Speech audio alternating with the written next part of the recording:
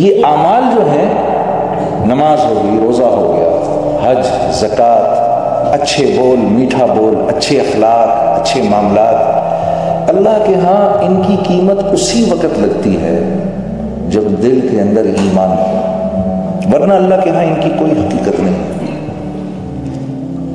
تو میرا آپ کا سب سے قیمتی اثاثہ ایمان ہے۔ ابھی کچھ دن پہلے میں ایک چیز پڑھ رہا تھا کہ حضرت عبداللہ بن مسعود رضی اللہ تعالیٰ عنہ رسول اللہ صلی اللہ علیہ وسلم کے پاس آئے اور آ کر عرض کی، یا رسول اللہ، مجھے کسی نے یہ بتایا کہ فلاں آدمی کے اوپر جن چڑھا ہوا ہے، اور میں اس کی طرف گیا اور میں نے دعا کی اور اللہ کا کلام پڑھا اور اس کے اوپر پھونکا تو وہ ٹھیک ہو گیا۔ تو اللہ کے نبی مسکرائے، پوچھا عبداللہ تو نے کیا پڑھا اس کے اوپر جا کر؟ کہا یا رسول اللہ، میں نے اس کے کان کے اندر قرآن کی یہ آیت پڑھی، افحسبتم انما خلقناکم عبثا، پوری یہ آیت پڑھ دی میں اور اس کے کان میں پھونک دی۔ آپ صلی اللہ علیہ وسلم بڑے حیران ہوئے، عبداللہ بن مسعود کو دیکھا اور پھر آپ نے فرمایا، اے عبداللہ، تجھے پتہ ہے یہ آیت کیسی آیت ہے؟ اس رب کی قسم کہ جس نے مجھ کو نبی بنا کر بھیجا ہے، یہ آیت اگر یقین کے ساتھ آدمی پہاڑ پر کھڑا ہو کر پڑھے تو پہاڑ کو اپنی جگہ سے ہلا دے گا۔ اب میں یہ بات پڑھ رہا تھا، اب مجھے یہ خیال آیا کہ پچھلے 4-5 سال سے کسی اللہ والے نے، کسی نیک بزرگ نے مجھے یہ کہا تھا کہ بھی دیکھو دن کے وقت یہ آیت پڑھ لیا کرو، دن کے شروع میں یہ آیت پڑھ لیا کرو، اللہ رب العزت تمہارے سارے دن کے کاموں کے لیے کافی ہو جائیں گے، تمہاری دعائیں قبول ہوں گی۔ تو مجھے یہ خیال آیا کہ یہ 3-4 سالوں سے تو میں اس آیت کو پڑھ رہا ہوں، لیکن میں نے کوئی اس کا افیکٹ نہیں دیکھا، نہ اپنی ذات پر دیکھا، نہ کسی اور پر دیکھا۔ تو مجھے وہ خیال آیا، بات یہ ہے کہ عمل تو عبداللہ بن مسعود نے بھی وہی کیا جو میں کر رہا ہوں، انہوں نے تو ایک ہی دفعہ کیا، میں تو 3-4 سال سے کر رہا ہوں۔ فرق یہ ہے کہ ان کے پاس وہ ایمان کی جو مایا ہے وہ ایسی ہے کہ یہ جو آیتوں کے بول ان کی زبان سے نکلتے ہیں تو وہ جو ڈیزائرڈ افیکٹس ہم چاہتے ہیں نا، وہ ڈیزائرڈ افیکٹ جو ہیں وہ ڈیزائرڈ افیکٹ ہو جاتے ہیں، اور میں پڑھ کے رہ جاتا ہوں۔ ابھی ہم حج پر تھے، بڑے فخر سے انہوں نے بتایا کہ بھئی اس سال تو 45 لاکھ آدمی نے حج کیا۔ اب 45 لاکھ لوگوں نے، الحمدللہ کتنی بڑی بات ہے، امت مسلمہ میں سے 45 لاکھ لوگوں نے حج کیا۔ لاہور کی آبادی 45 لاکھ کی ہے، تو مکہ اتنا چھوٹا سا شہر ہے اور 45 لاکھ بندہ مکے میں، اللہ نے ان کے وہاں پر کھانے کا بھی انتظام اور پینے کا بھی انتظام، نہانے دھونے کا بھی انتظام، پانی کیسے خرچ ہوتا ہوگا۔ ادھر دوسری ایمنسٹیز جو ہیں ان کی اویلیبلٹی، وہ کیسے اللہ نے ایک نظام چلایا، اور وہ 45 لاکھ کے 45 لاکھ اللہ سے یہ دعا کرتے ہوں گے، یا اللہ مسلمانوں کو پھر سے عروج نصیب فرما، اسلام کو عروج نصیب فرما، یا اللہ ہماری زندگیوں کو قبول فرما۔ یہ سب کیا کیا دعائیں نہیں کرتے ہوں گے، اور ہم کیسی امیدیں لگا کے رکھتے ہیں ان حاجیوں سے۔ یقیناً اللہ کے ہاں یہ دعائیں تو قبول ہوتی ہوں گی، لیکن وہ ڈیزائرڈ افیکٹس نہیں ہو رہے جو 1.25 لاکھ صحابہ کے حج سے ہو گئے۔ انہوں نے تو 30 سال کے اندر 1.25 لاکھ صحابہ ہی تو تھے جب اللہ کے نبی نے اس دنیا سے وصال فرمایا، تو ان کے دنیا سے چلے جانے کے 30 سال کے بعد مسلمان 3 بر اعظموں کے بادشاہ بن گئے، 3 بر اعظموں کے بادشاہ بن گئے۔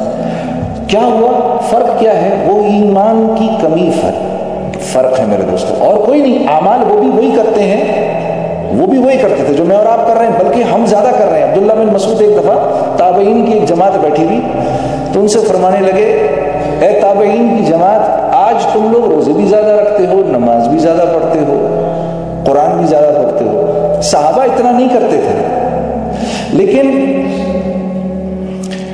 اللہ کے ہاں وہ بڑے مقبول لوگ تھے۔ فرق کیا ہے؟ فرق کیا تھا کہ ان کے دل دنیا کی لذتوں اور اس کی حب جا اور حب مال سے ان کے دل خالی تھے، اور ہمارے دل بھرے ہوئے ہیں۔ میرا دوست ہے سعید انور، کرکٹ پلیئر جو ہمارا، میں اور وہ جماعت میں ایک ساتھ سفر کرتے ہیں، تو وہ ایک بات اکثر کہتا ہے، اور بڑی اچھی بات وہ کہتا ہے۔ وہ یہ کہتا ہے، دیکھو ایک کنواں ہے نا جس میں پانی ہے، ٹھیک ہے، اس کنویں سے سب نفع اٹھا رہے ہیں، اگر اس کنویں کے اندر ایک مرا ہوا کتا گر جائے، اگر ایک مرا ہوا کتا ہی تو ہے، اتنا بڑا کنواں ہے، اتنا پانی بھرا ہوا، ایک مرا ہوا کتا ہی ہے، اب مجھے بتاؤ ہم میں سے کیا کوئی بھی اس کنویں سے کوئی نفع اٹھا سکتا ہے؟ نہیں اٹھا سکتا۔ آپ اس میں پانی پہ پانی بھرتے رہو، بھرتے رہو، بھرتے رہو، کوئی نہیں۔ لوگ کہیں گے 1 منٹ رکو، سب سے پہلے اس مرے ہوئے کتے کو باہر نکالو، اس کو باہر نکالو. اس کے باہر نکل جانے کے بعد اب جو تم چاہتے ہو وہ ہو جائے گا. پھر پانی کو صرف ایک ہی دفعہ صاف کرنے کی ضرورت ہے. اب جو پانی بھرو گے اس پانی سے تم ہر قسم کا نفع اٹھا سکتے ہو. اس کو پی بھی سکتے ہو, اسے وضو بھی کر سکتے ہو, گھر کا کھانا بھی پکا سکتے ہو. تو اعمال کی کمی نہیں ہے, اعمال تو ہم کر رہے ہیں الحمدللہ. میرے عزیز دوستوں, میرے بھائی اور میری بہنوں, فرق صرف یہ ہے کہ ہمارے دل ایمان کی مایا سے خالی ہے. ہاں, یہ وہ مایا ہے جو انسان کو اللہ کے حکموں پر کھڑا کرتی ہے, نبی کے طریقوں پر. یہ وہ ایمان ہے جو انسان کو لے کر آتا ہے, نالج نہیں لاتی. نا نا نا نا, نالج تو آپ ویسٹ کے اندر چلے جائیں, نان مسلمز جو ہیں اس وقت ایسے سے بخاری پڑھا رہے ہیں, ایسے سے مسلم پڑھا رہے ہیں, قرآن کی ایسی تفاسیر کر رہے ہیں. نالج کے آ جانے سے کیا ہوتا ہے؟ نالج کے آ جانے سے اس عمل کی رغبت بڑھ جاتی ہے, شوق بڑھ جاتا ہے. رغبت بڑھتی ہے, شوق بڑھتا ہے. اب دل کرتا ہے اچھا مجھے نماز ایسے پڑھنی ہے, اب میں ایسے پڑھوں گا, دیکھنا جا کر. لیکن پہلے تو نماز پڑھنے کا شوق ضروری ہے نا. پہلے تو زمین پر ہل چلا کے اس کو نرم کرنا ضروری ہے. اگر اس کو نرم نہیں کرو گے اور بیج اوپر ڈال دو گے تو وہ تو بیج تو اندر جائے گا ہی نہیں. وہ چڑیاں آئیں گی, وہ بیج کھا کے لے جائیں گی اپنے ساتھ. جب ایک دفعہ یہ دل کی زمین نرم ہوگی, اب اس میں جو بیج ڈالو گے میرے دوستو, وہ اندر جا کر اپنا منہ موڑے گا اور زمین کا سینہ پھاڑ کے باہر نکل آئے گا. ہاں, پھر ایک کومپل بنے گا. اس کومپل کی حفاظت کا وعدہ اللہ نے کیا ہے. اس کومپل کی حفاظت کا وعدہ اللہ سے ہے. جو ایمان بنانے کی محنت کرے گا, اب وہ جو اعمال کرے گا اور ان اعمال سے وہ اللہ سے جو کچھ لینا چاہتا ہے وہ دینے کا وعدہ اس سے اللہ نے کیا ہے, وہ ملے گا. اس بات پر اللہ کی قسم اٹھائی جا سکتی ہے. اور اگر ہم نے 10% بھی کر لیا جو صحابہ کرتے تھے, 10%, اگر ہم نے 10% محنت بھی کر لی جو صحابہ نے کی, تو ہمیں جو اس کا اجر ملے گا وہ صحابہ سے 50 گنا زیادہ ملے گا. کیونکہ ہم کمزور ہیں. 1400 سال ہو گئے ہمارے نبی صلی اللہ علیہ وسلم کو اس دنیا سے پردہ فرمائے ہوئے. ایمان کس کو کہتے ہیں؟ کسی کی ذات پر ایسے اعتبار کر لینا کہ پھر اس کی بات کو سچا مان کے پھر اس کے پیچھے چلنا, یہی ایمان ہے. ہاں یہ دیکھو, ٹھیک ہے.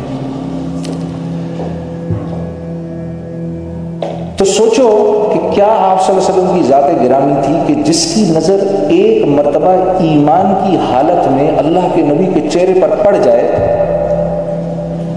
جس کی نظر ایمان کی حالت میں ایک مرتبہ رسول اللہ صلی اللہ علیہ وسلم کے چہرے پر پڑ جائے میرے دوستو,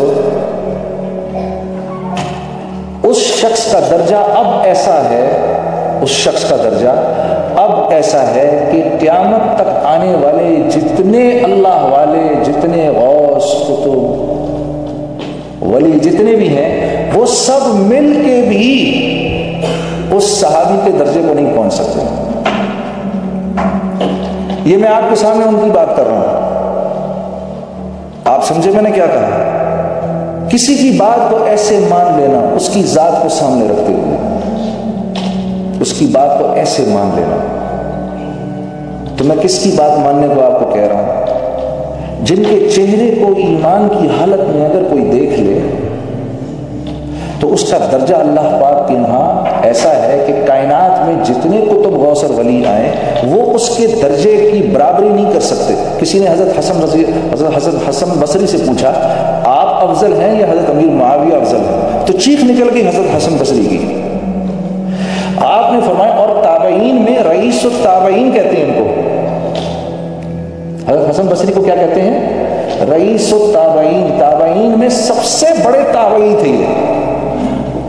حضرت علی کرم اللہ وجہہ کی صحبت ملی ان کو.